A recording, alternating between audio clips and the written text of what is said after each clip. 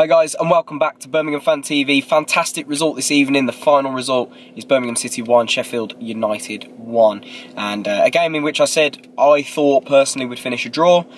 I think I said 1-1 in my preview. I did. I said to you, way before this game was even going to happen, although it was going to be a 1-1, I personally thought it was going to be a 1-1 throughout this whole time. I mean, Sheffield United are a fantastic team. Yeah. It's going to be so tight between those three teams to go up. I mean, Norwich probably going to go up first, and then it's going to be tough between Leeds and Sheffield United. But we have proved today that we can hold our own. Yeah. Again, against one of the up there teams, and I think that's brilliant compared to this time last season. I always bring it back to this time last season because we have come so far in a season, and Gary Munger's been fantastic. Yeah. And I don't think this time last year we'd be thinking that we'd be saying this, even after having that 9-point deduction. Yes, we are close to the relegation zone still, but the way we're performing, the points we are picking up, the points against who we're picking these points up against, it's fantastic. Yeah, absolutely. I think that tonight was I'd say a bit of a two-sided game. Again, it seems to be a bit of a format for Blues at the minute. I thought that Sheffield United were fairly dominant first half.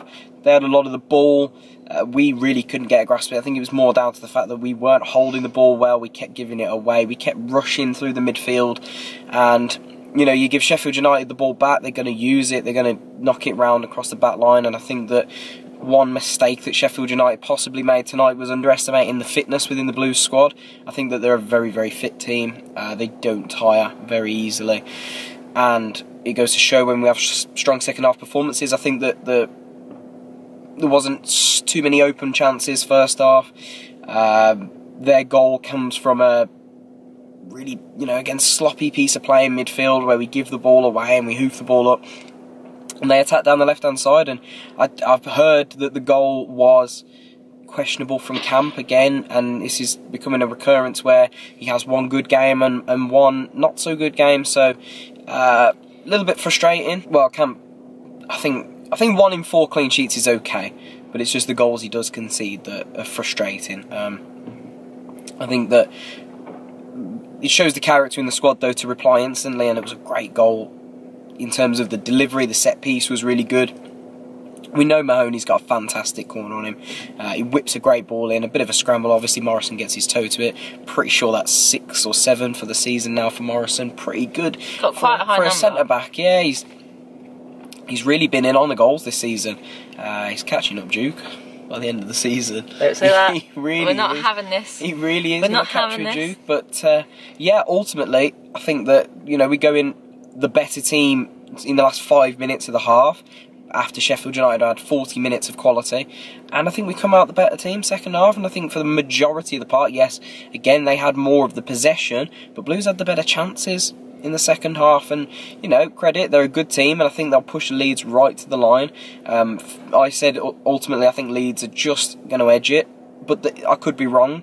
Sheffield United play some great football. They've got some great technicians in midfield, a poacher, 2 predators up front in Sharp and McGoldrick, and they're going to go far. And if they don't get promoted automatically, they'll do really well in the playoffs. And if they don't, they'll probably go up automatically next season. I've got to say, I mean, all credit where it's due to Sheffield United in the Championship. I mean, they came up, they did all right last season. They've done brilliantly this season. It shows that a team is really is a team effort when you want to get promoted in from the Championship. Yeah. And I think that Chris Wilder's done an amazing job and set a real precedent of what can be done in the Championship.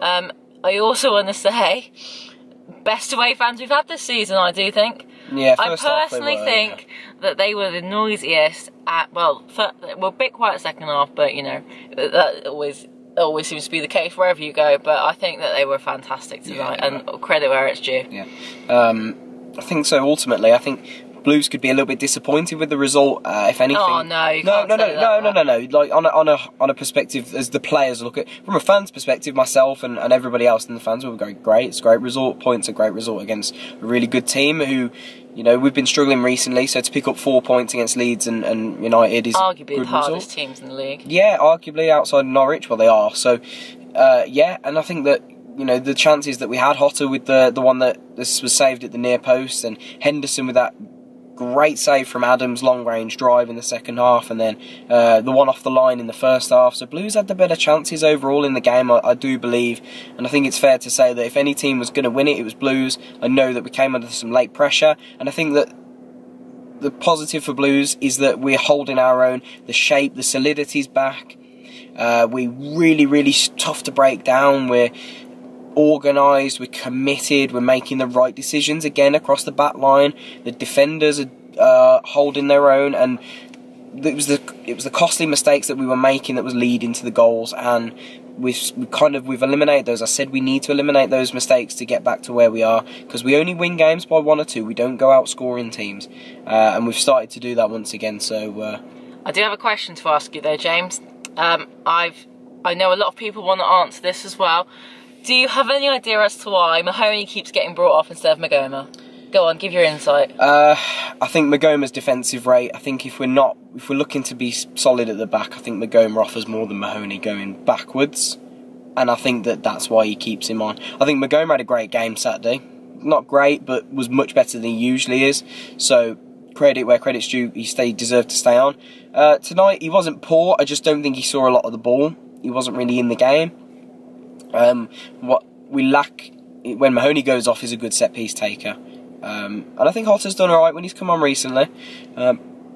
He did okay tonight. I don't think he did anything wrong, so it's a tough one for Monk. It's one or the other really. It's a 50-50 toss-up who he takes off, and I think it's because Hotter wants to play on that right-hand side, that's where Mahoney's playing, that he takes Mahoney off, simple as. And I think Mahoney tweeted he was tired after the game on Saturday, so it was probably to freshen things up ultimately. So guys, let me know your thoughts down below. I think another great point, 4 points from 2. If we can go to Ipswich on Saturday and get a win, and we can send them down, I do believe, if we win there. So, but we want to do it for ourselves, not to send them down. So yeah, I think if we can get 3 points on Saturday, it's been a fantastic week, and positives all around, guys. But look out for the vlog.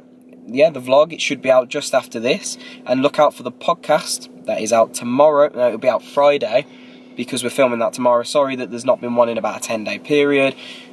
Basically, we've had our dissertations to hand in. We're moving actually into the place where our studio is within the next week, so we're doing our very best to get as much content as we can out for you guys. Filming the podcast tomorrow, have it out Friday. We'll also have the match preview out for Ipswich Friday evening. That's why I'm hoping to get that out for you guys. But let us know down below your thoughts of the game, who you would like to start against Ipswich, would you make any changes, and what you think your score prediction will be, and we will discuss that a little bit in the preview. Yeah, absolutely. So get your score predictions down below as well, guys, and we'll try and talk about those. But thanks so much for watching. Another great evening for Blues. Keep right on. Keep right on.